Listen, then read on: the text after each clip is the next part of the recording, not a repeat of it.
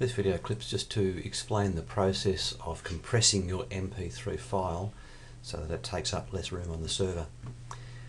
When you save or when you create MP3 files using Audacity or some other tool, quite often the file size is larger than it really needs to be. In this case it's 14.5 megabytes, and I want to bring that down as much as I possibly can so it takes up less room on the server while not losing much of its quality or any of its quality. So we just simply drag the file into iTunes. We then go to the iTunes preferences, select the import settings, change it to MP3 encoder. You see you've got various choices. Well, the MP3 encoder is what we need.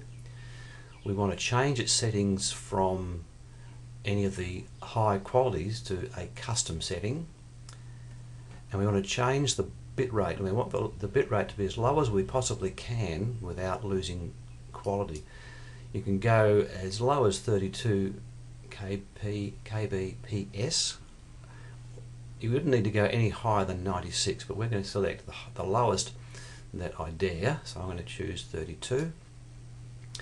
I want to change the sample rate to an even number so that it can be opened and read by the larger number of computers, so we'll change that to the 22 in this case.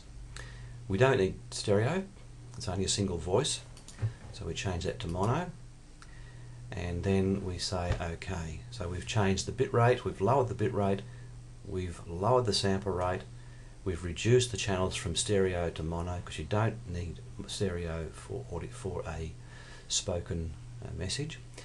So mono, OK, and then I want to change it. It's saying it's different to recommended. Well, that's OK, I know that. I want to change it, and I say OK, and OK again. Now I want to convert this original by right clicking, create MP3 version. Now I know it's already an MP3, but we're going to change it to a lower bit rate, so we say create MP3. It converts, takes a little while to process. The larger the file, obviously the longer it's going to take to process. This is not a very large file, and it's now done. Now if I look up here, I see that the original is 14.5 megabytes.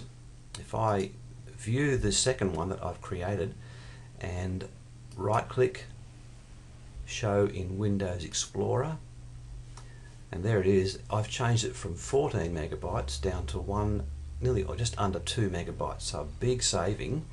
And if you listen to the difference in the quality, there is virtually none.